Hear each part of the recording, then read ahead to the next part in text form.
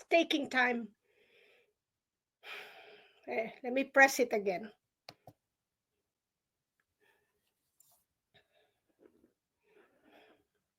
Hey, what's up, everyone? Happy Valentine's. I'm glad we can all gather. So we welcome everyone. So what's been happening? So it's Valentine's Day. What's everyone up to? Hey, how come no one is talking? To us? Well, So, right? anyway, Valentine's Day has all that pressure.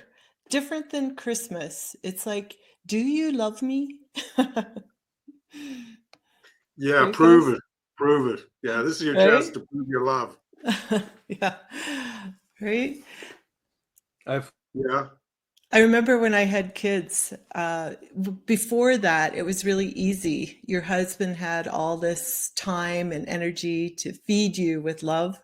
And then kids came along, and that was a big thing for me, because it was like you barely got a card, or, and you were both just really busy. So it probably took me a couple years of like just being kind of frustrated, and then realizing that I shouldn't expect anything from outside. It's lovely when it comes, but to truly love yourself and have no expectations is the key. But it's tough. And we get triggered, on an unconscious level. And then there's all these things outside of ourselves telling us what love really is. Yeah, sorry, Carl. Like, no, you go ahead. You go ahead, Roy. It's like, the people that are recording, feeding the homeless guy or giving the homeless guy $5 or something like that. It seems to be like that with Valentine's Day. Everybody putting up the picture as if, look how much I'm loved. And I always believe that it's, you show your love 365 days of the year, and you don't have to do, you can obviously go for a meal and everything, but it's all about the social proof. And it shouldn't be like that, because you're actually, anyone that's single or just hasn't got even a card from their spouse, then they get depressed. So it leads to a lot of depression, when the whole purpose is actually just showing love. Yeah, well, when you get, there's that, it's not just Valentine's Day, you get Christmas, and it's become now as, well, you have to show your love. It's reflected in the present that you give, and the size of the present and all that. And people get very stressed out about trying to get presents just so they can tick the box. And so it's kind of turned into something else when you have that overarching commercial aspect. I guess Valentine's is really just cards and flowers, but you got Easter. Did you give me an Easter egg, and how big was it?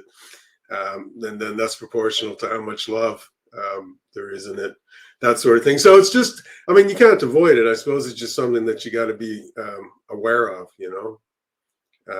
and like Jayne says, is to be able to love without expecting anything in return. Well, then that's real love, isn't it? Hartmut? I was thinking and contemplating, and the interesting thing is, I heard an interesting quote concerning the role of the woman designed by God. How the woman is designed by God, and the woman is designed by God in order to receive, and to multiply it and to give it back. Yeah. So, for example, if the man gives her sperm, she gives a baby. If the man gives her a house, she gives a home. If the man gives a grocery, she gives a meal. Yeah. And I think we should also put in consideration what is the real role of a man and what is the real role of a woman. And this is something which, in my opinion, is quite difficult in these times, with all these 70 genders. Yeah. So, and to get to the basics again. And there is nothing wrong to be masculine. Yeah. There is nothing wrong in having testosterone. And the interesting thing is, for example, also concerned, we talk a lot about the jabs and all these, the situation and the demonstrations. Yeah. Interesting thing is, the countries where you have a young generation of people, or many young people, they have less restrictions because they have more testosterone. So if the government would restrict, or if the government restricted the young people, they would behave differently than the people in the West who are older and who have less testosterone. Yeah. So getting testosterone back, getting your masculine back, think what your wife shall receive. And if you want, and this is very important, if the woman does not multiply and gives you the things back what you like, you should change it. Yeah. So that's me. Oh, I love that. Right? Yeah, I was smiling when to speak. I thought he was going to preach.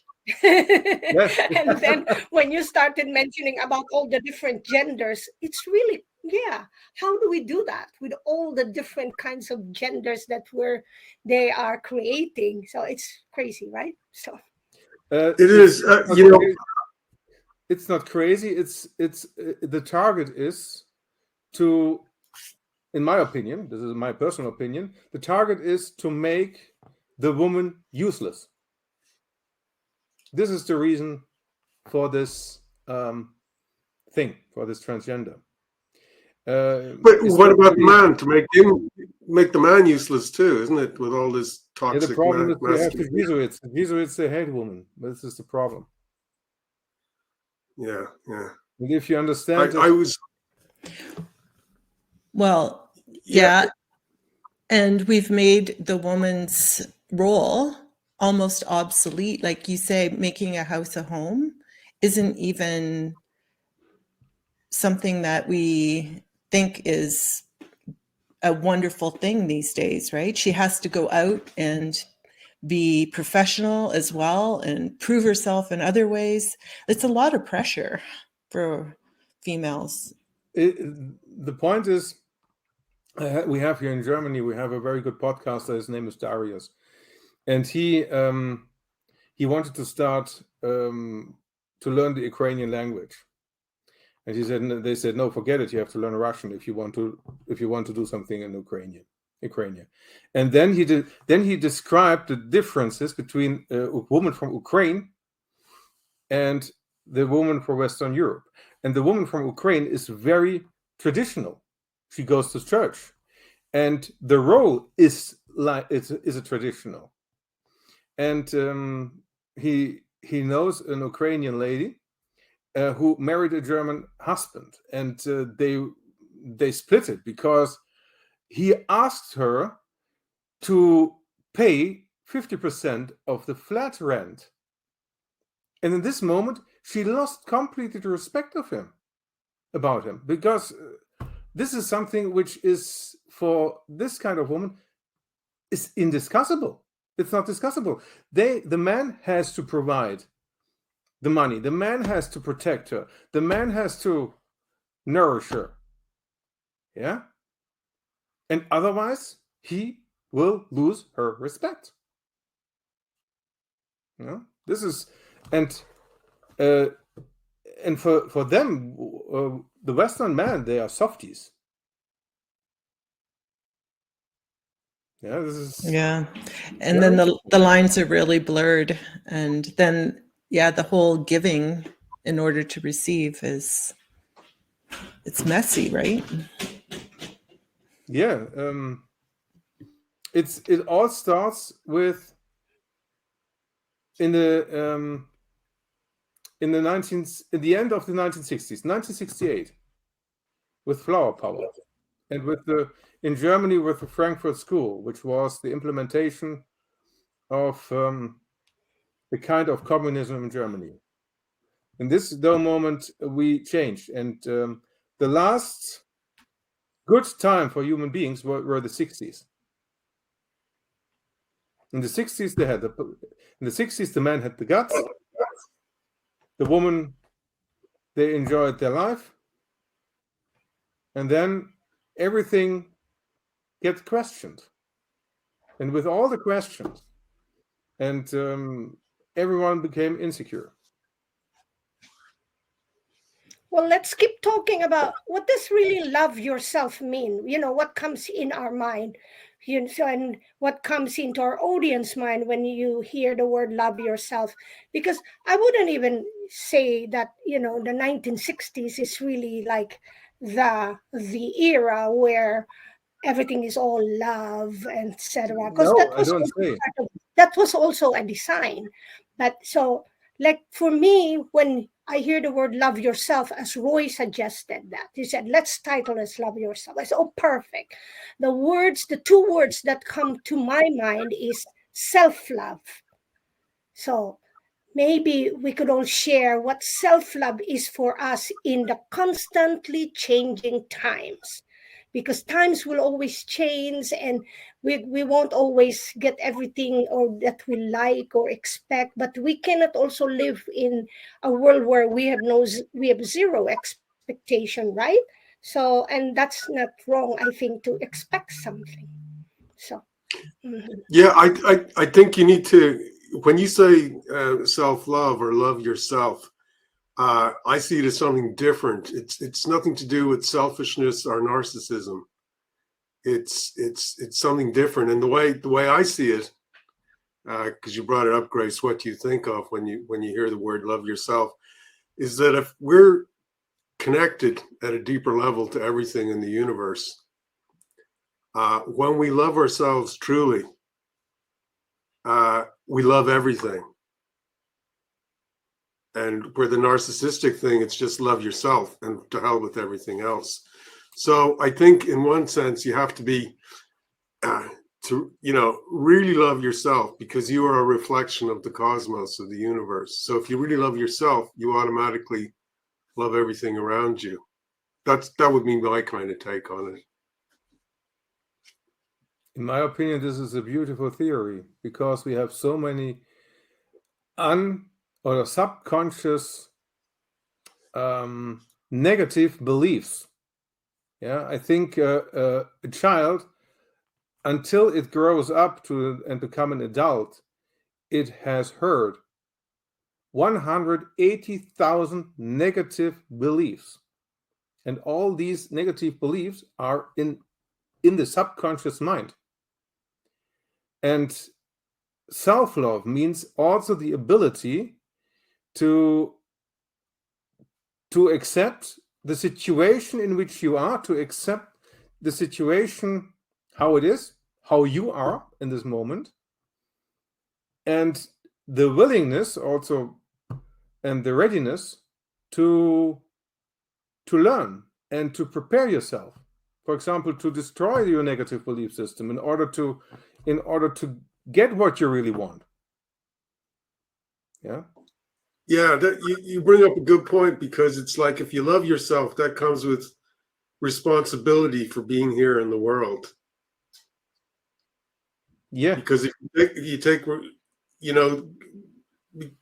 because then whatever manifests before you is, you're taking full responsibility. So you see that as somehow a reflection of your inner being, and therefore, you can accept it. When you have responsibility, you can accept it and appreciate things as they are.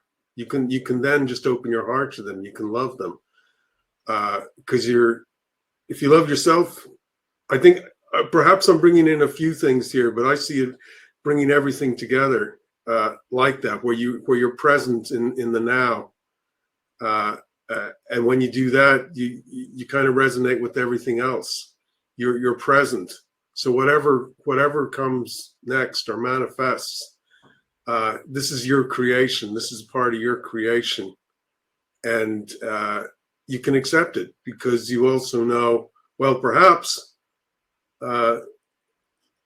loving yourself, realizing it probably comes with an understanding or develops that we're actually spiritual, energetic beings having an experience.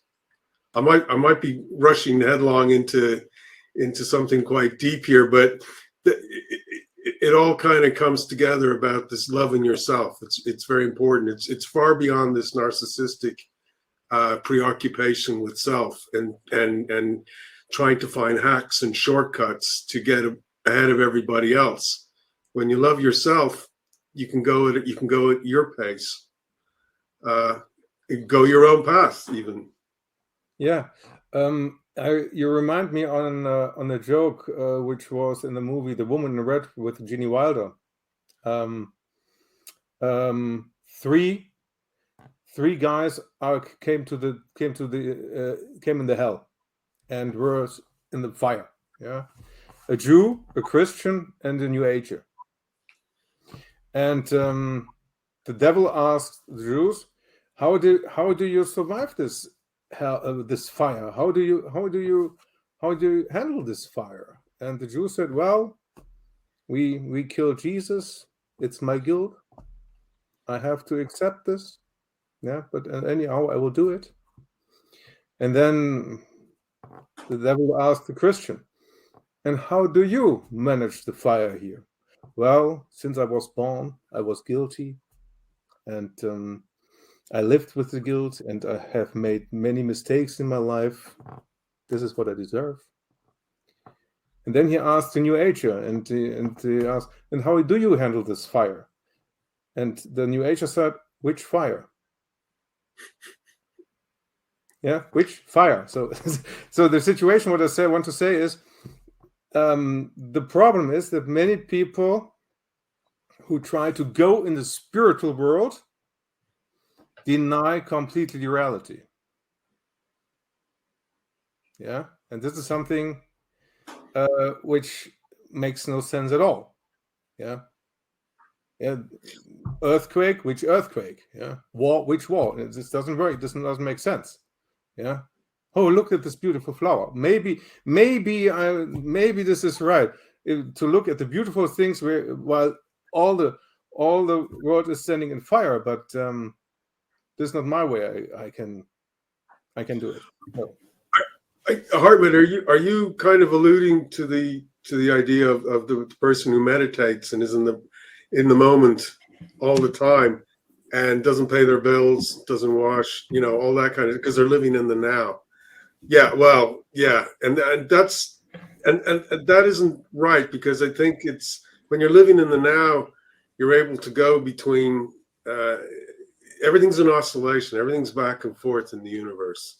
It goes between polarities: winter, summer, male, female, etc. Maybe that wasn't a good example, but yeah. So what you got to do is you have to be able to stop and smell the roses or the flower, as you say, and just be there. But then you also have to go and do things to reflect this reality in 3D space and time. You have to go out. You have to work. You have to take care of things. But I think the thing is to be free enough not to get stuck in one or the other extreme, but to be able to go from one to the other as you please. And because a lot of people just work, and then when they come to retirement, they don't know how to relax because they don't know how to retire because they never practiced during their life to take time off. And and so I think it's important to be able to practice that, not having to do anything and feel comfortable. Not because I know that, lately it's having, worked and done stuff for 40 years or so. I always feel like I have to be doing something, and I end up distracting myself and chasing my tail sometimes for things that aren't really that important because I'm not going to remember it in a few years. But and I came to let's say my own little realization this weekend was, the most important thing I can do, or the only thing I need to do today, is love the world. Just have that as an attitude. Just love the world, everything in it. And then that kind of separates you from the horrors and not separates you, but you can acknowledge it without letting it encroach in you. You know, you have to, you can't hide away. You have to let all these things in the world, this, you know, this Baroque manifestation of all different sorts of things interacting. If you can stand and accept that as this is the reality, then you become, I think, freer within and freer to love yourself. Right. And I loved what Hartmut said, because with all the meditation and manifestation that you might do without action, nothing comes to fruition, right? And it's part of being human. And I love what Karl's saying, because if you it's kind of I was thinking, to do unto others as you would have others do unto you. And so to love the world as it is, but also to love ourselves the way we are as human, and probably programmed and having all these, you know, self-doubt and loathing that comes from the unconscious. And to just accept that. And then, because with acceptance, then you reconnect to your heart, and you can reconnect to all that is, right? The universe. So my little add-on. Yeah, nice one. I want to hear what how Roy sees the self-love and the love yourself, because Roy, you know, just like other parents, you have a daughter, you have a son, you have your career, and then you know, each of us, I think, had challenges before the last 3 years, and then suddenly here comes it is. And then of course, like, another group is telling us to do something, but then in ourselves is like, wow, why do I have to do that? So I wonder how you have manifested your practice of loving for yourself and for your family. I think a lot of us it's like a journey that we go through. I mean, for me, I think it was materialistic at a certain age, and then realizing, whoa, this isn't serving me. And also just how you interact with people that just come from compassion, just think you don't know their journey. If somebody is a thief, or everybody's gone through a different journey. So if you don't judge them, you'll find that you get through life a lot better.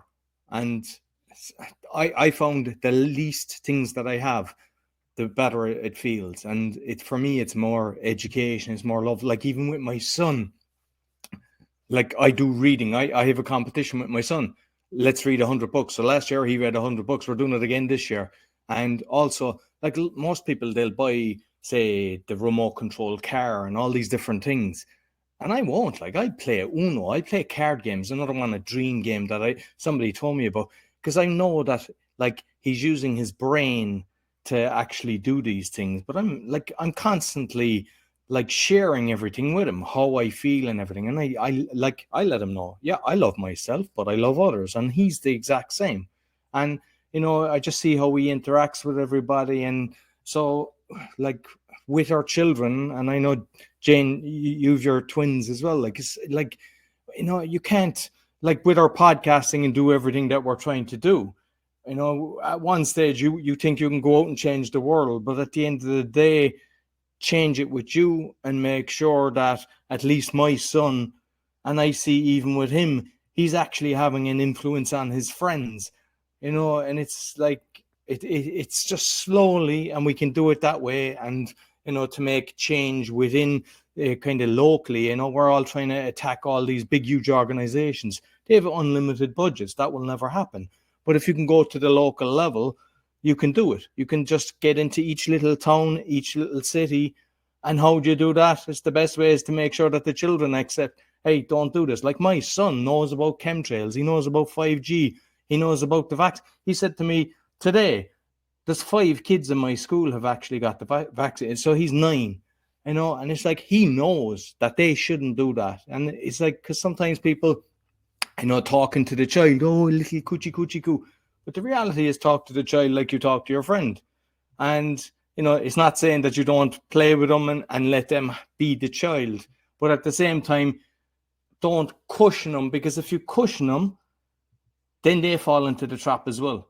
So I think once you open their eyes, then they can tell their friends what they're thinking. And also further on, they're not going to fall into the same mistake. Because I reckon if I was in my 20s in Ireland, I'd have fallen in and got the job. I wouldn't have realized how bad things were. It's, you know, I can't, maybe 15 years, I kind of started waking up a little bit, but not, you know, my child is 10 times more awake than I was probably in my 20s. And I think if more people can do that, we'll have a bigger impact.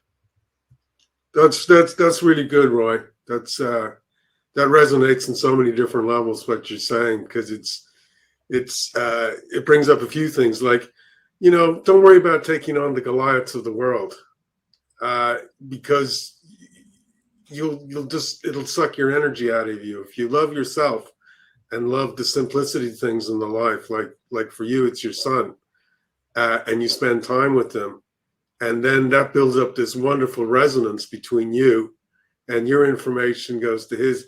He's now able to look at the horrors of the world, but feel a strength from inside, rather than being overwhelmed. And so that I would then go on and say that if you love yourself, this is probably the only way to go through life, and also with your eyes open, because then you can look, and you can go. You know, it has purpose and meaning, and you know that you know, you don't have to bite off more than you chew. You just have to be true to yourself. Yeah, exactly. And what about yourself, Grace? What's your thoughts on I was just saying that I resonate to all what you're all saying. You know, what we're doing when I have difficulty, because, you know, then I could always say, no, this is self-love. If I do this, like, you know, I sacrifice my time to, like, do, you know, invite guests, coordinate things. For me, I feel good. I'm able to do it. That's self-love. I said, and that's for me self-protection too, right? And yeah, my son is grown with his own family, but again, believing on the energy of everything.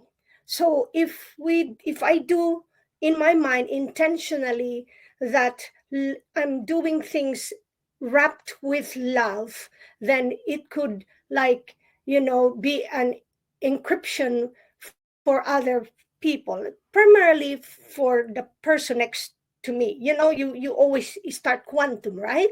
And you're, as Karl mentioned earlier when you said you love the world, your world starts with your little world, then it kind of keeps expanding much bigger. So that's how I see stuff, you know, when it comes to self-love. I don't feel guilty if I had to, like, choose, like, maybe this is only good for me for now, but if I know I can change something, influence something, then it's okay. And I always thought that love, from my understanding, is like a vibrational resonance of consciousness unity, just as Karl, you mentioned from the very beginning, and that responsibility is so crucial. Self-love equals self-responsibility. And, you know, with everything that happened, it is our responsibility to protect our health. And in fact, Karl, you should share how you're doing our new environment of in your little farm, or just your little, you know, estate. you could share what you do with your plants, with your day-to-day food that you prepare. Yeah, you cut me out there. Yeah, some of those things are still need to be put into practice, but yeah, now I'm. What was the question you're kind of asking me there, Grace? Again, because I've become self-conscious. Yeah, it's not really a question, but for me, when you took a break from doing a podcasting together, for me, Yeah. that was your self-love decision. That's how I look at it. And now you're doing stuff. So you're by yourself. So it would be nice to have a little picture of how you feel you have expressed self-love in that period of time and now, because I'm sure others may learn from what you have decided. Okay. Yeah, I got you. Yeah, well, life's a path, and sometimes you come across hills that go up and hills that go down, and you go at different speeds. And so I really enjoyed the podcasts at the beginning, but I also found that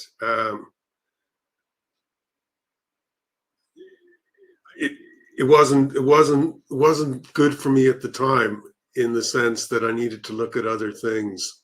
I needed to find something else within me, another kind of platform. And I think I was still trying to do too many things in the world. And then I had kind of a personal challenge, which can be devastating at one level and leave you sort of in shock. On the other side, it can be a blessing, because you can use it to spur you on to see things. And for me, it's realizing the brevity of life. And for years, living with the idea that I'm going to live forever. I can do that sometime in the future. But as you get older and you get challenged, it was just like, hang on a second. I don't have time for this. I'm not doing this. And then you're going, well, who's saying that? And you start to find yourself going to a deeper level. And so for me, it was more about against the grain, and instead of in this life trying to acquire things, it was more about letting go of things. And if you take that in the right context, that's very, very powerful. Of things, not letting things overtake you, possess you. And that's like forgiveness. Forgiveness isn't for the other person. Forgiveness is for the person who forgives. They're basically saying, I no longer want to carry that energy. I'm not going to. But it's interpreted, though, that, oh, you're being nice to the other person. No, you're protecting yourself. So now it's kind of like, what are the things that are really important? The ability to, I remember at one point taking up a nice apple, a beautiful apple. Obviously, it must have been organic. But you eat it and you just focus on every little taste and chew it and think of where that apple came from and how it grew and the days and nights it hung on the tree, and then where did the tree come from, and it's a whole evolutionary line, and you're going, wow, right here I'm eating this and it's giving me such satisfaction and it's nourishing my body. And what is my body? It's a symbiosis of all little other little systems and bacteria and viruses, and they're all doing their thing, and yet they all fall into place, into this wonderful order. And here I am, aware of the apple and of myself. And you go, wow. And so if you go through life realizing that everything has that quality, a whole lineage, whatever it is, this candle, where did that come from? Where did the wax come from? Who made it? Who were the workers making it? And it goes on. And so for me, it's just having this to realize that, I'm the end product of all the people all my relatives who've gone before me. Billions of years. I mean, so what I'm saying, it's an appreciation. And when you see the world in that, it's not this high pace that, oh, I gotta do this, that, and the other. It's kind of, no, this is a transition. This is the path of life. And death is not something, I'm bringing up death because this is a part of life. This is what I've kind of come to understand more in my life is death is used to terrorize us. And you know, in the Western world, death is a bad thing. We hide it away. People who die, you don't. In Ireland, I know there's a tradition where they have the wake, and people come by and they visit the body, and then they party it up with the coffin in the room, and life's a part of it. Or else you know, the Vikings, you know, today's a good day to die, and they were willing to sacrifice their lives. So it makes you wonder that we've kind of become polarized and sort of holding on to life too much. And when you do that, you lose it, you know, and that's another biblical scripture, or Stations of the Cross. He who tries to save his life shall lose it. And it's to accept all these wonderful things. Death is a part of it, because when death starts to come closer, reality becomes more colorful and more beautiful, because you realize the preciousness of this life. And it also makes you courageous in the sense, and trusting of yourself, because now I don't care, not in the bad sense, but I don't care how, I don't worry about my encounters with people in the future, because I'm just going to be myself now. I'm not trying to pretend to be somebody. I'm not trying to get a job. I'm not trying to get this. I'm just going to be me. And I trust myself that whatever comes out of my mouth is me. And so there's this, for me, it's not being afraid. And so when you see all this crazy news going on in the world, I find it taxing. I find it heavy. But then I realize that, well, what's my job here? My job is to vibrate the resonance of who I am, and that'll attract like, and it'll also repulse that which does not resonate. And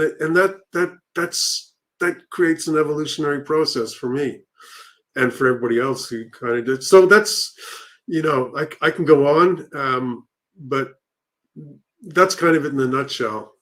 It's accepting and letting go of things. It's like breathing. You take in, you let go. You take in, you let go. Everything's an oscillation. And I think the danger is when you get stuck in one thing or the other. You know, winter's bad, summer's good. You know, or even things like climate change. I was thinking of one of the problems with climate change is that we have the perception that climate should not change. And then it becomes a terrifying thing that it is changing. But the thing is, it always changes. And if we were to accept that and adapt to it, then it's not a problem. However, it's deeper than that, because it's the whole idea is being hijacked for other nefarious reasons. But maybe I've said enough for the moment.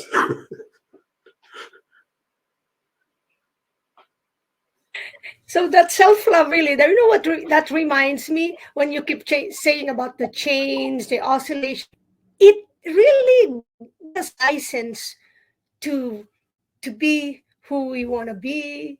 It gives us a license to be flexible. It gives just a license to just really suck up information, experience as it comes to us, provided it comes with a responsibility that we're not hurting ourselves or hurting our neighbor, right? So it's nice thing to kind of remember. Yeah, a license, it gives us license to do this. And I think that when you're aligned, you're not going to do harm, you know, in that sense. When you really self-love, you're not going to do anything to hurt anybody or anything. Anyway, just a comment, Grace. Sorry.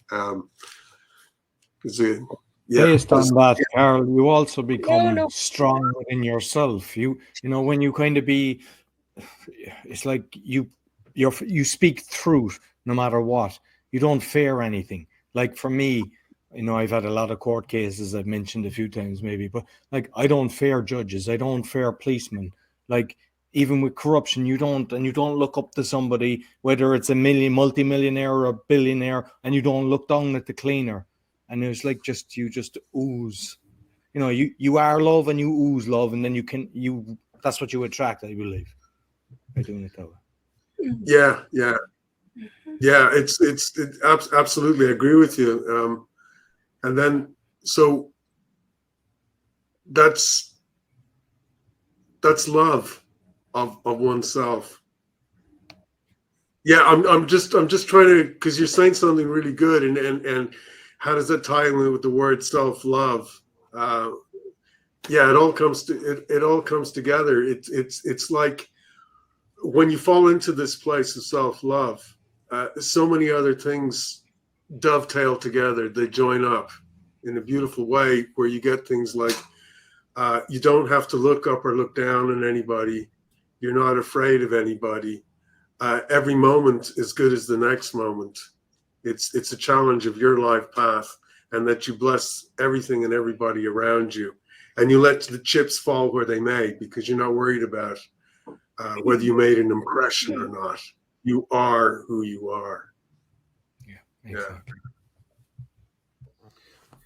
Yeah, so like Jayne. Yeah. Oh, okay. Hartmut, just 1 second. Jayne, I think you made a big self-love move in the last, I think 2 years ago or something.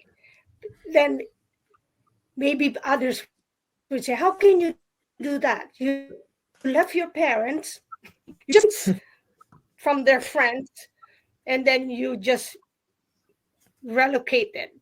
I think that's a very big self-love move of courage. So how did you come up with that?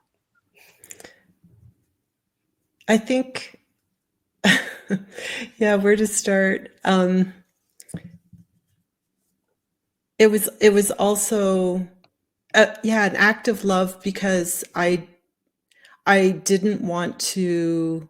I wanted to move somewhere where I was free enough to be who I am, and not be forced into doing something that didn't resonate with me. And I also knew that in order to give my children and my family the ability to choose, that move had to be made. And I think I was listening to Karl, how important letting go is, because it was a lot of letting go. And even being willing to have almost nothing for several months, and not knowing the outcome at all, and trusting that we'd all land on our feet and everything would be okay. And trusting the universe too, right? That you're going and moving is life. And that with movement, I think we become very stagnant with fear, and that we're not able to move into what our soul is telling us needs to be done when we're afraid. And I think for me, it helped me let go and get closer to what Karl was talking about, the other side, death. Just the act of letting go is, it's hard, but it's practice, right? Anyway, yeah. Thank you, Grace, for asking. Hartmut. Go ahead, Hartmut, because I know you have a lot. It's so interesting. It's so interesting that we talk about death and courage, and in my opinion, over the last thousands of years, the whole civilization has not changed. It looks different, but it has not. So we have the royalties, we have the slaves, and we have the warriors. And the interesting thing is, this difference between slave and warriors is their perception of death and how they manage it. A slave is someone who does everything in order to survive. Yeah, he gets all the punishment. He does the job. What he makes every order what his boss is telling him, in order to survive with the hope that it becomes better. And the warrior is someone, it's for him honor enough if he can have an influence when he dies and how he dies. And a warrior has no fear to die, and he is also the one who knows it is impossible, but he does it, and he concentrates on his job. And this has a lot to do with self-love, because if you can accept the situation, Bruce Lee said brilliantly. He said, "We all want to learn to win, but no one wants to learn how to die." Yeah, and this is something what we have to consider. Yeah, if we take courage, if we do something risky, we have to accept that we may fail. Yeah, but this is life. And self-love, or love yourself, is so it's quite easy to see. If you, for example, if you see an engineer, or if you see an inventor who wants to do something, wants to create something, he loves what he does. And in the moment when he loves what he does, there is no failure. There is no mistake, because he only sees, okay, this is the way it doesn't work. Okay, I have to do it differently, and then I have to do it differently. So he works. Also, if he doesn't get it right, he doesn't judge, and he tries it again until he got it, or until he gets it. And the problem is that we get addicted to self-judgment. We get addicted to doubts. We get addicted to our negative belief systems.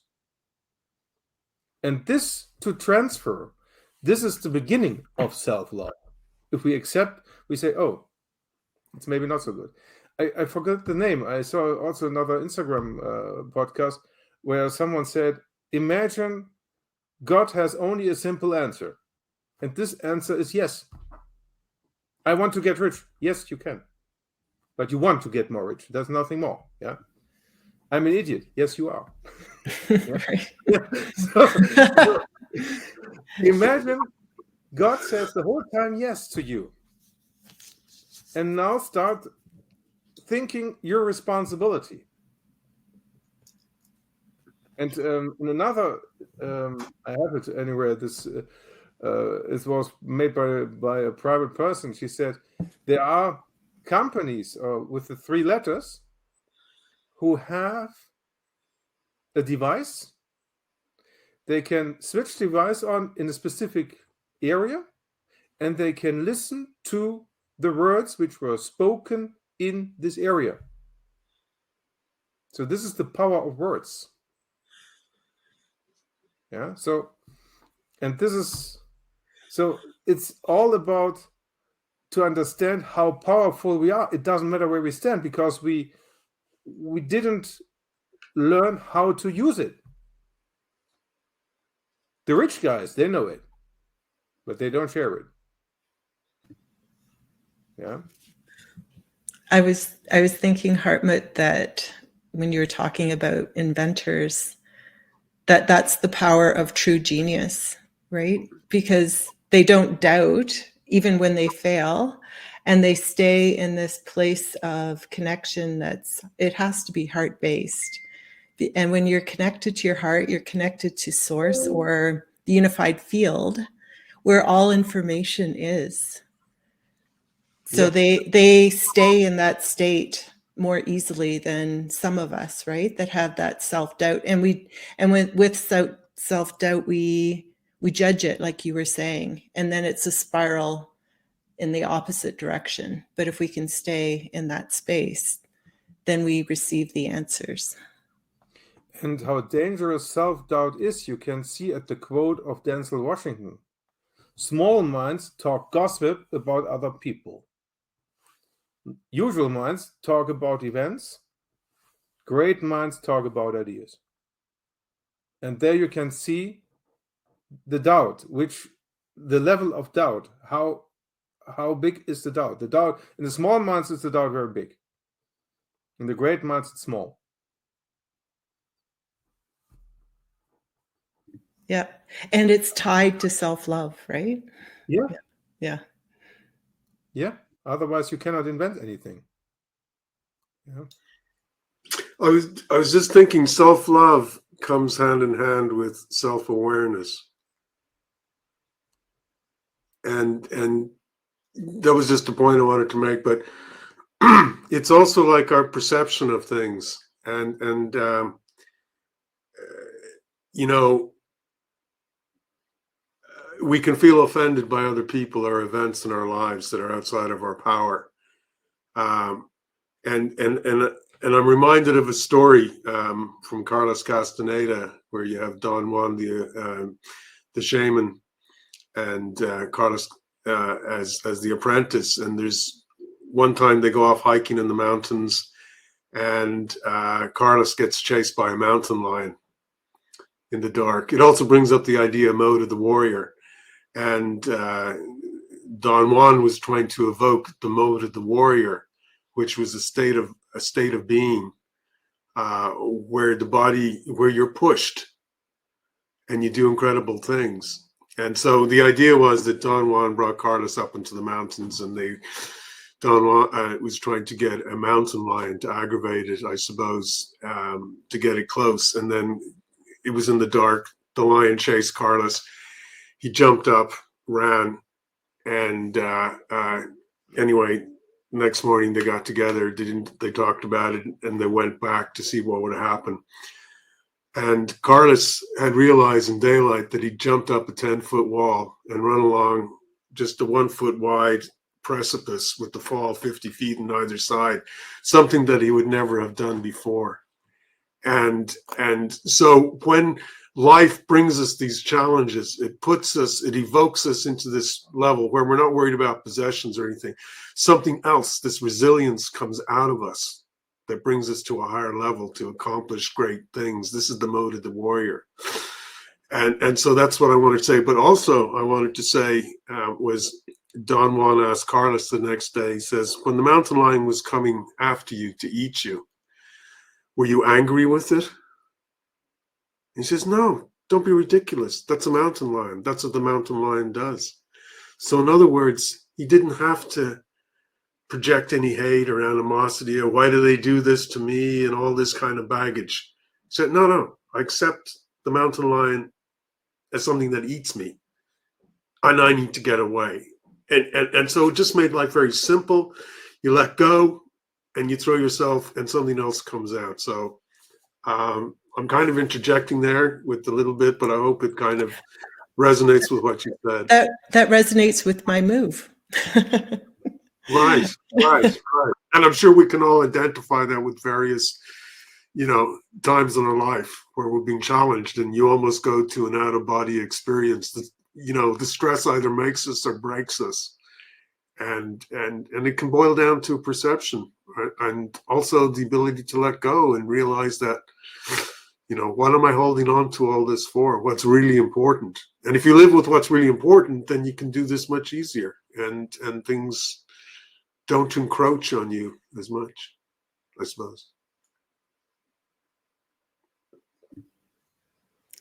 I wanted to add random acts of kindness. I remember when I was about 30, I went to Croatia, and I went with a group that was trying to change a number of people's lives for the better. But while I was there, I came to the realization that we could do very little, really. We could touch them for a few minutes or an hour.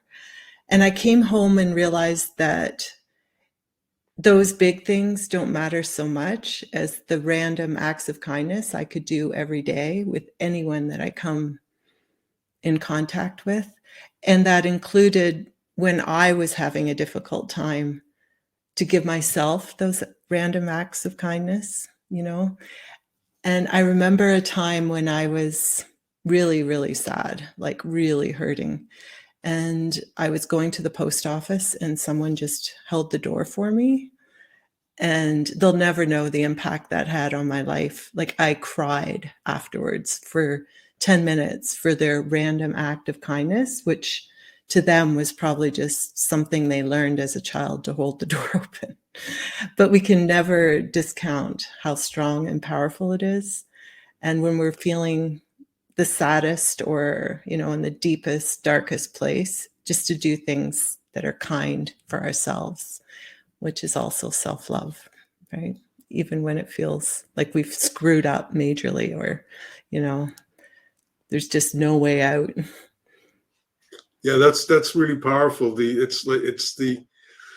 I call it a gesture, where you can have gestures with people, and you can just meet someone you never met before, and you can just be one human talking to another human. You don't know their name, you don't know anything, but you might be talking about stuff very deep or personal, and they're responding because neither party wants to try to manipulate the other because they don't know who they are. And you're actually, that is so powerful between two people. Nothing can get in between that. Nobody can tax that. Nobody can get, in that. And that is a gift that we all have, is the ability to, do acts of spontaneous acts of kindness. And we don't have to take down the big Goliaths of this world. It's the little things, and it's a vibration, and a vibration can amplify into a huge thing if it, like a swing going back and forth. You just do a little push at the right time, and then you get a big momentum going. It grows, and it's in the little details, isn't it?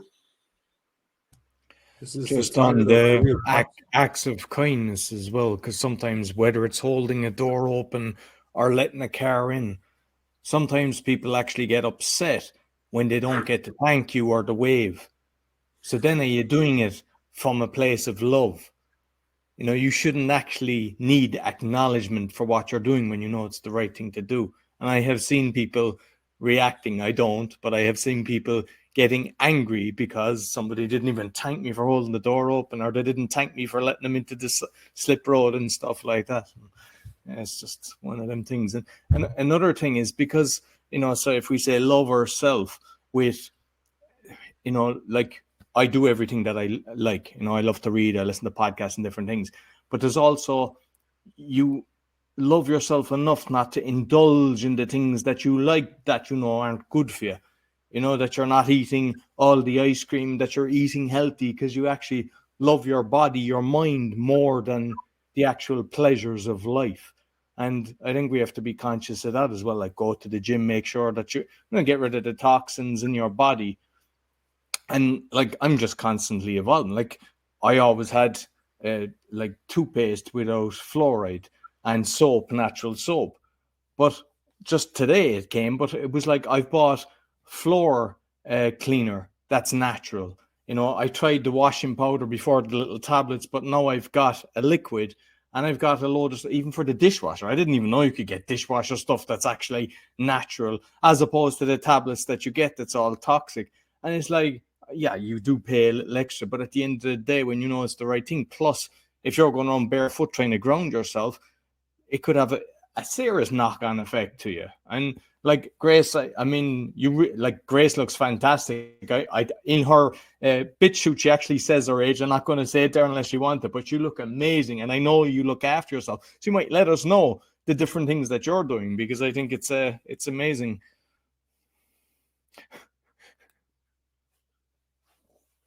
Oh, definitely.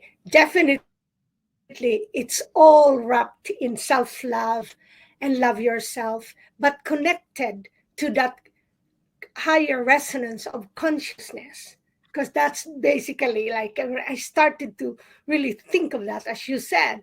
Wow, I came to this world with this body. Maybe I should take care of this body. Okay, then so that maybe through this body, and that includes how I would think, how I would perceive, then maybe I could experience more journeys like, the Don Juan and Calera was describing.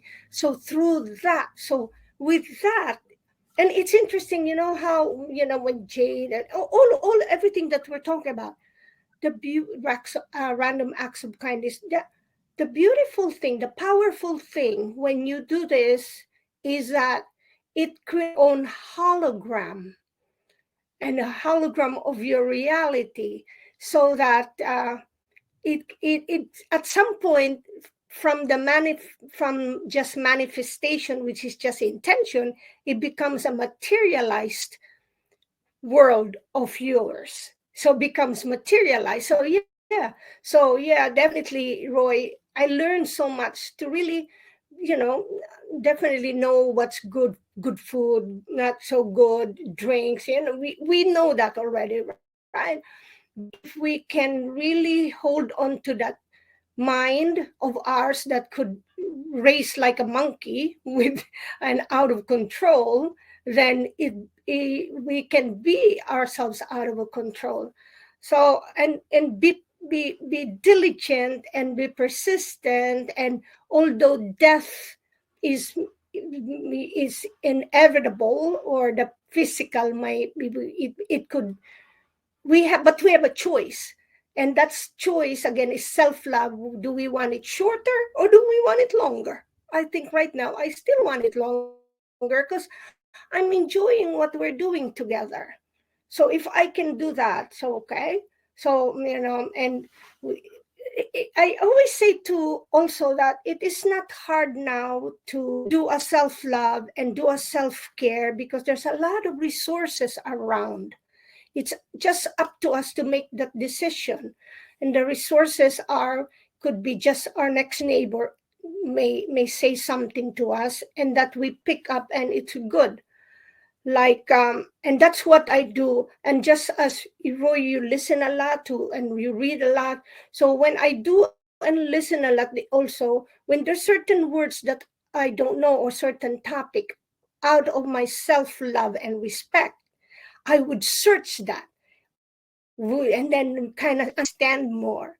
So in so doing, I continue to evolve in my own spirituality. And for me, that spiritual growth is so important as part of our individual. And yeah, and as we always say, right, as above, so below. And so yeah, from the little quantum things, and it becomes like macro. So eh. There was something. I forgot it. Sorry, I forgot it. No.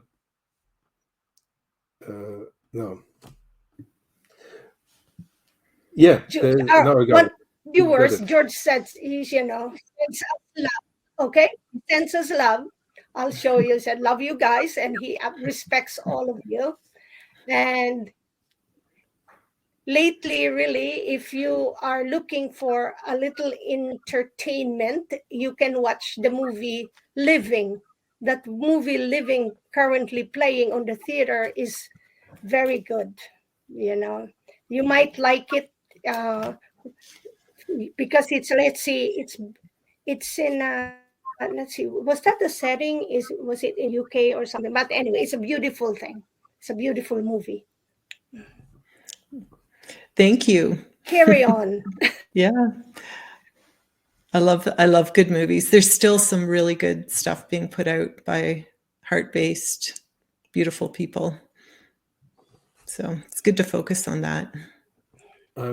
I wanted to say something against concerning self-love. It is very important to learn to listen to your heart, and this is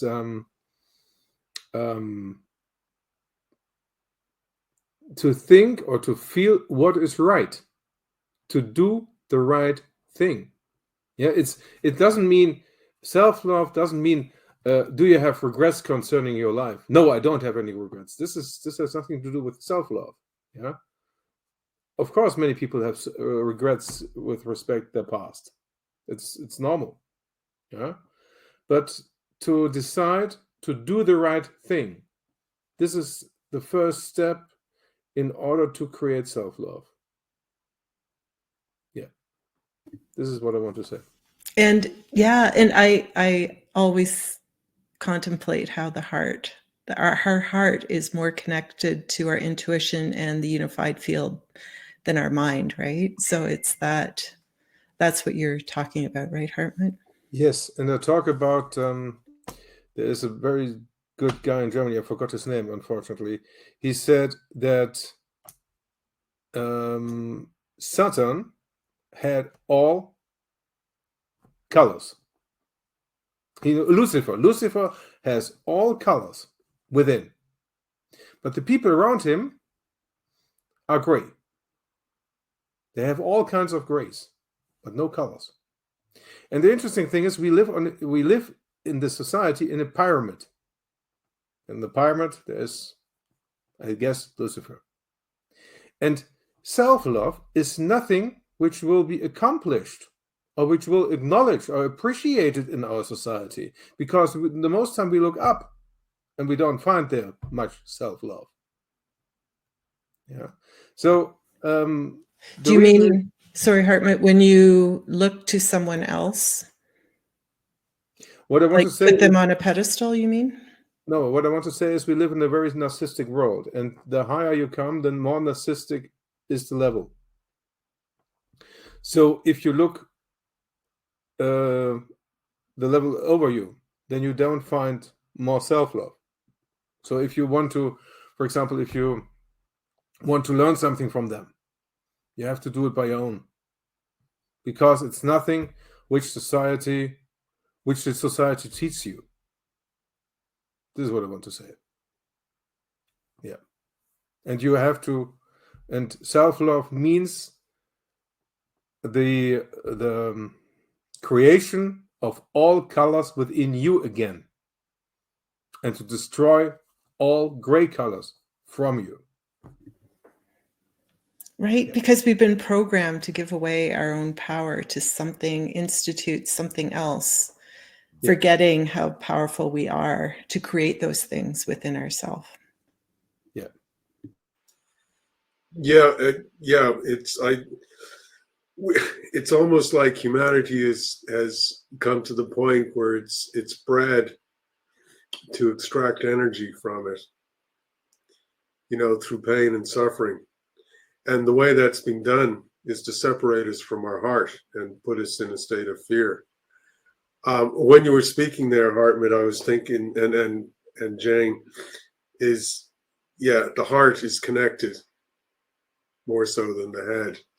The head creates words which can deceive, but the heart never lies. And the heart, the way you should go live by the heart through life, is to see the world, is to feel it. Not to mentally strategize. That's okay, but to have that undermarked or underpinned by how it feels. Every situation, every idea, how does it feel? And that's not a big kind of esoteric thing to do. It's the same thing as deciding what you're going to eat for your next meal. Do you want something sweet, something savory, something spicy? And when you present yourself with the options, you gravitate towards one or the other. And it's the same whether that's a person or a situation. You say, how do I feel? And you go, no, it's a feeling, and we forget that we should, feel our way through life.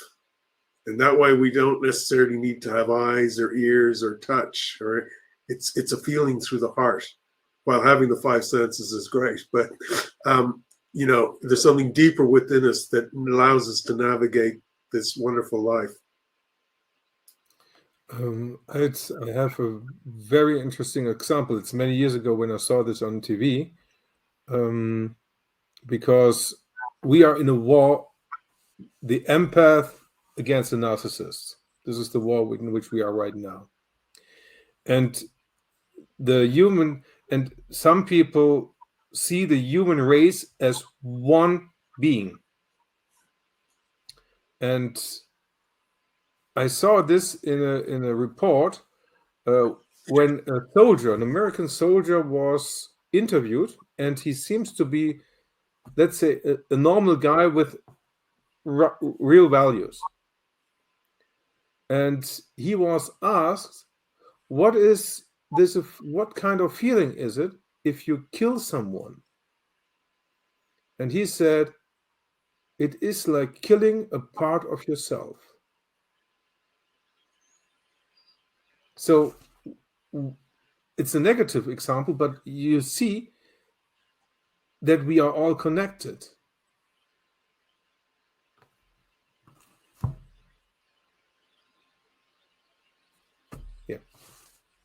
Yeah. I was sort of thinking, what then, one has to, in order to do things like kill other people or send, thousands of soldiers to their death. Now, the problem is they have no choice. This is the problem. The normal soldiers have no choice. This is right. But it goes all the way up the chain. I mean, if you say that, this is the thing, is they have no choice. Well, it's a hard decision to stand up and say no. But the problem is you have only 5 seconds to say no. Let's say it this way, with a common sense mind. Yeah, let's say no one has the strong belief God protects me and no bullet will hit me. Okay, so let's say with a common sense, the people are in front, and then if they don't if they don't shoot on the target, they get killed by their own people. This is how it works in the army, and for this reason, there is no choice. But this is not the subject what I want to discuss about. But I wanted to tell you that the people who have this heart and who made this experience, they felt that they have killed something of themselves, and this is very important to understand. Just piggybacking on that, the ability to choose and allow other people free choice is the most powerful act of love, and the same to give yourself that choice.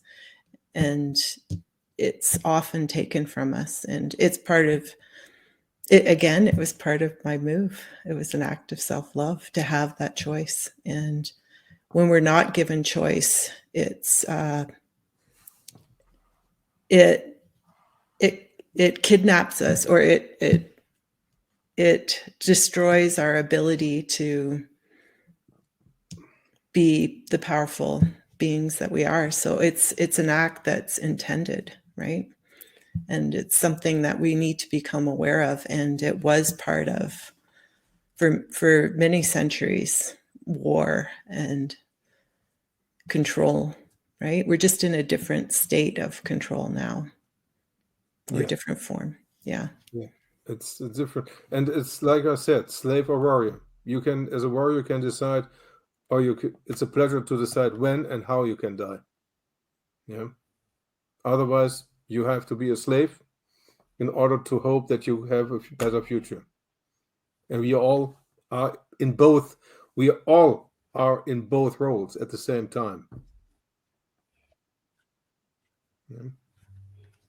Don't you think there's no absolute thing as there is no choice? Because not doing anything is a choice. So everything is a choice, right? So, but we are just made up of we're all different. That some of us are quick to realize what we innately really want. Some of us. And but others are also different, and no disrespect to what process or what thoughts went into someone's mind to do such thing or to choose such thing, but we're just different. And I guess we go back to that self-love with respect for others, because that's basically, we have to keep as part of a self-love, because it's all about responsibility to love and nurture ourselves, with including the limitless gift of the divine spirit that brought us together in this moment. So it's very good conversation or topic that we always have to remember. And I wonder if you guys have any experience, whether it's your from kids. Did anyone ask you, or any from a child's point of view, ask about that? Yeah. I was just wondering. I remember my son really was still really, I think, before 5 years old, something like that. We were in a bus in New York. Oh no, 2 years old, 3 years old. This one, he didn't really ask about self-love or love yourself, but he's just like, um, ask, where is God? So I had to answer that in the bus. I don't remember how I did it, but he said, where is God? Then I just kind of look at you. Then I quickly just said, oh, it's in you. It's in me. That's where it is. But he didn't have a follow-up. So I escaped from talking more because he didn't have a follow-up question. So I said, it's in you, it's in me, it's in all the other people here in the bus. Okay.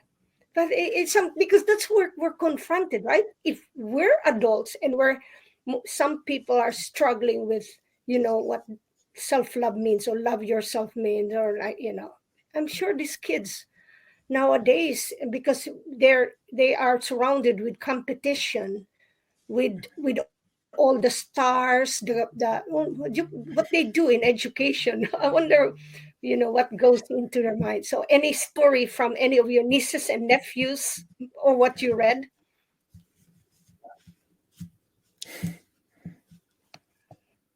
Anyone? I think going back when you're younger, because like Carol, I'm Irish. I know we grew up in Catholic Ireland, and I went to a Christian brother school for primary and secondary. And you actually start looking at things, those that are supposed to be the best, the priests or the brothers, and you see they're not. You see evil in them. You see how they behave. And even as a child, like my parents, like my mother actually wanted to be a nun when she was younger and then got out of it. So they weren't religious, but they wanted me to go to mass till I decided, I think I was 12 or 13, I'd done the confirmation, because in Ireland you kind of had to do that thing. It was the norm, and they never forced it on me. But then when I decided myself, they were cool with that. But I think children and all my friends, we could see that a lot of these people that we're supposed to be looking up that are supposed to have your back, they don't. And I think that's happening in society as well. You can see the police officer, you can see the mayor, you can see everything. You know what's right and what's wrong. And I think as children, that's the way it was for me.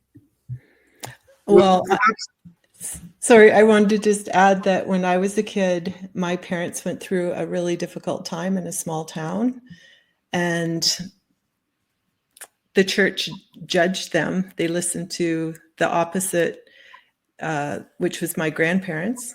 They listened to their side of the story, and they kicked my parents out of the church. And I was like, what? Is that compassion? Is that listening? Is that hearing what everyone is about? And I started to question religion at that time. And I think the biggest problem with religion is that it makes us look to a savior instead of realizing God is within each of us and that we are responsible. And like, who said it? If I say I'm stupid, I am. If I say I'm a genius, I am. Like, it's within all of us. And so now I'm grateful because it made me question so much. Yeah. Anyway, had to jump in. Yeah, I agree. The savior, the idea of a savior. Well, I understand it in the Christian faith, the meaning of it, but at a superficial level, the savior idea is very dangerous because it takes the power out of us and puts it on somebody or something else.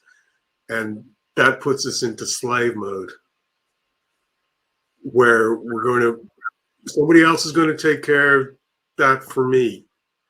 And so now we're at the point where, well, I think it's getting out of date though. It's the idea that the government is looking out for its citizens. And this is why people are slow to react when they make these huge transgressions as we're seeing around the world, is because people can't believe that, because they've developed this father complex, the savior complex. And I think that's being, while it might have a good religious or spiritual reality, the way it's communicated is and understood in large is quite dangerous because it takes the power from people. And so, but the real idea of God being the savior is that God is within us, and it's an aspect within us that saves us. It's the Godhead within us, and aligning with that we find our salvation, not on something, this God idea out there. That's all I wanted to say with that, Jayne. I have started to look teachings from Jewish rabbis, and I was interested how is their teaching, so what they are talking about, and I'm very impressed about their knowledge and their wisdom. And I got one quote I want to tell you. This is very interesting. For two quotes. I want to give you two quotes. The first quote was, what is the difference between religion people and spiritual people? Religious people, they try to avoid hell. Spiritual people have been there. Yeah. And the other quote is, in the moment when you think you are buried, please know that you are actually planted. This is something, and this is what I want to let you know. Thank you. Yeah, very nice.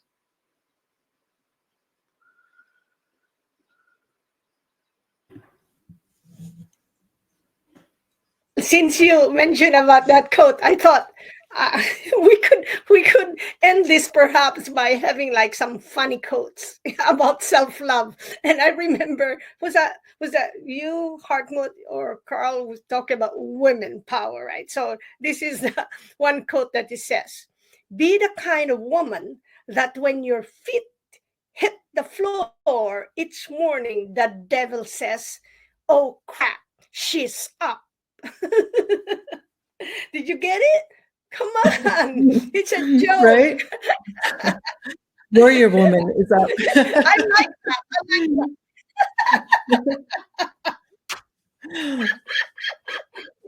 Right? That's good. So it's very good. Come up with a joke. Love it. Yeah, but it is true, really, right? You something like that. Let's see. I can't think of any quotes or jokes. It's something I'm not good at. Yeah. I hurried up and searched it because I thought, because my little grandson, he's 8, he likes to say jokes, but some and that he creates them, of course, were funny, but some of them were not. But it's just nice that he's so creative. He's trying to be creative to make you laugh. Okay, and that's the same thing as I saw this. My daughter-in-law posted in Instagram, and no sound, so it's like a silent movie. And my little granddaughter, she's 6 years old, and by the way, she has my name in the middle, so I think she has my energy there. She was getting upset, and the title of the post says, "Uno gets heated," the game Uno. And I saw her like she's mad or like this, but it's just kind of nice that she's speaking. I don't read, and of course I said the attitude of hers will come handy when she grows up. I don't want her to be subservient and not speak up and not allow herself even a little Uno. Okay, so that's my last word, and you could all say what message you want to say to our audience. I just wanted to remind all of us that laughter is the way out of a low vibration, right? When we're really sad or angry or upset with someone or ourselves, just to I think that's a great way to end it, because just to be able to laugh at ourselves or throw out a joke will change or increase our vibrations so we can get back to that state of love. It's brilliant. I had yesterday a very interesting conversation with a good friend of mine, and she is in a very tough situation because she is fighting for her kid, and this is it's a very unpleasant situation for her, and she was very exhausted and had a death wish, and I tried to encourage her, but it didn't work very well. And today she called me and she said, I slapped myself so many times in the face, and I said to her, "Good, is it better now?" And she said, "Yes." And I said, "That's brilliant, because you adjusted your sphenoid bone again. Because if your sphenoid bone is not adjusted, you have a death wish." So if you slap your face, sometimes it's good. If the sphenoid bone is adjusted, take a look what it is. It's better to slap other people in the face. I get more pleasure in doing that. Yeah, sometimes it's better. No, but I want to tell, if, for example, if someone has a death wish, which is in our time can be usual, it can be supported by the adjustment of the sphenoid bone. Take a look in this subject, and it's quite easy, and you can relax much more. Yeah, I suppose what I want to say is that comes to mind. It's very important what you tell yourself, the story that you tell yourself, because you can rewrite the story in your head. And what I mean by that is even the words you use and how you say things, you can reframe that. And I'm thinking, like before you go to bed, you just repeat a few words. I was listening to Joseph Murphy, and I can't remember the other guy, but it was saying things like, just say health and success, health, success, health, success, just those words. Oh, well, he said wealth, success, but I changed it to health, success. And then I had health, wealth, and success. But, and then I'm thinking of other things. My friend told me that years ago, I think it was, Ireland was very impoverished, and, it's had the famine and all that. What people used to do is at night, they would practice putting a smile on their face as they went to sleep. Because when you feel good, you smile. And when you put a smile on your face, you feel good. It works the other way too. So it's another aspect of how we're connected. And so it's the story we tell ourselves, the words, and you become aware of certain thought patterns. Don't try to stop them. Just change the story in your head slightly and be consistent. And things do change. I'm not saying it's an easy path, but this is the power that's in us. One way, an easy way a simple way of saying it. So that's my 2 cents. Thanks.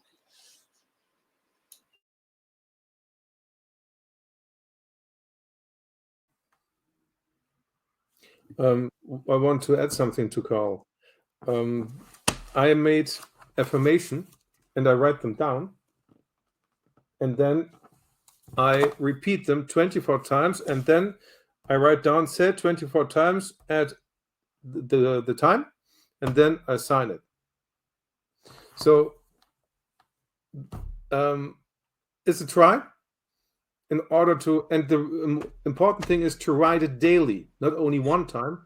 Every time when you want to make affirmation per day, write it down, the affirmation, and then repeat it 21 times, and then sign it when you have repeated 21 times. This is more effective than, oh yeah, I have to say something. Oh yeah, I have to Oh yeah, there was something. What was it? I just want to add, you need to believe it with all your heart, and then trust that it'll happen in no matter what form. Right? It comes. The trust comes with the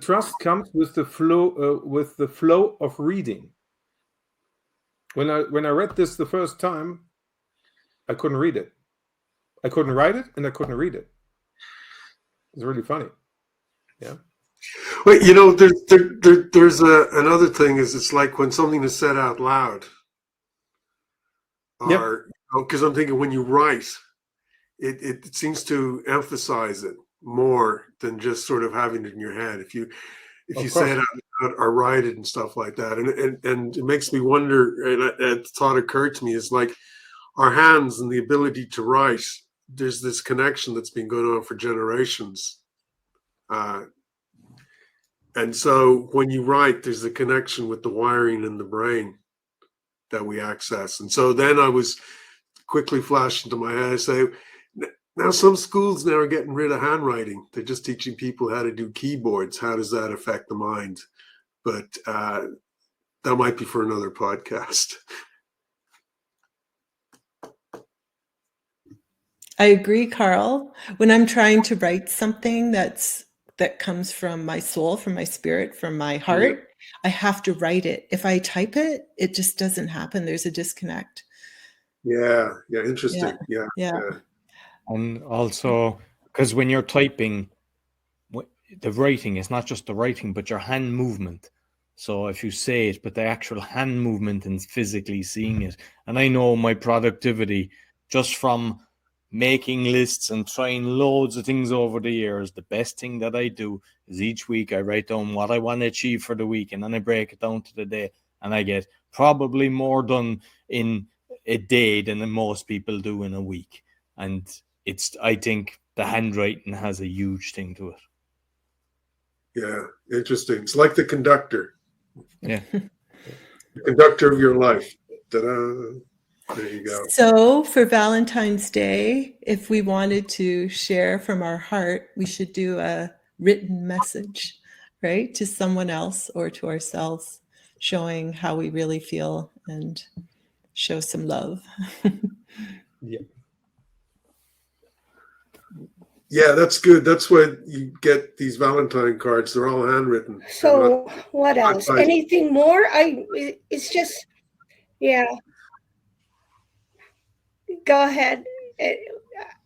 I didn't know who was talking, but anyway, it's just. I suppose I'll just finish it out, Grace, because one, I would like to thank all of you because I learn from you all the time. I thoroughly enjoy each one of you when we've got different guests on, and especially you, Grace, because both you, your sister doing the graphics, I mean, you must have organized between 80 and 90% of the guests. I know personally from having 5 podcasts, the amount of work that takes. And I send you so much love and thanks for all that you do with this group. Yeah, I agree 100%. Thank you, Grace. Absolutely. Yeah, just huge gratitude. Thank you. Yeah, and equal gratitude to all of you because you feed me with your energy, so at least we're not vampiring each other. Okay, we're just really feeding each other in a good way, in a beautiful way. So thank you also, and to my sister, and then to our loved ones who are supporting us, or friends, especially if you're living with someone, you have your friends calling you, so we thank you as well. So I really trust that this episode is worthwhile also for all our audience and followers. Okay, and let's see, let me just silence something. Okay. So there's no echo. And then and of course to let's see, just to all our guests, by the way, to all our guests, thank you. I know they're busy, and with all their love and compassion for what connected us together. So they're here to support each and every one of us. Okay, so don't doubt that you cannot practice self-love. Audience, I know everyone is different, but basically you can cut that and change our pattern, and just as a spiral, it's all perceptions of, and time is really the movement of consciousness. So what happened yesterday, don't get stuck with it. What you think might happen in the future, don't get stuck with that, and stay moment and working on that. Okay, bye, love you guys. Hugs to everyone, and to all of you, Roy, Karl, Hartmut, Jayne, and to those, Steve, wherever you are, Steve and John, and all the rest who have joined us before. Take care.